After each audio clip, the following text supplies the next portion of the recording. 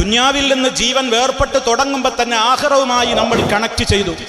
നമ്മുടെ ജീവൻ ദുനിയാവുമായിട്ട് വേർപെടാൻ ഒരുങ്ങുമ്പോൾ തന്നെ ആഖിറവുമായ ലോകവുമായിട്ട് നമ്മുടെ റൂഹ് കണക്ട് ചെയ്യപ്പെട്ടു.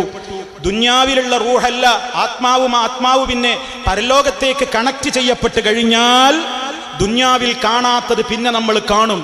ദുനിയാവിൽ കേൾക്കാത്ത വോയിസുകൾ, ശബ്ദങ്ങൾ നമ്മൾ കേൾക്കും.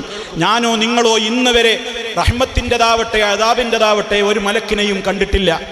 ഞാനോ നിങ്ങളോ ഇന്ന് വരെ ഒരു മലക്കിൻ്റെയും ശബ്ദം കേട്ടിട്ടില്ല.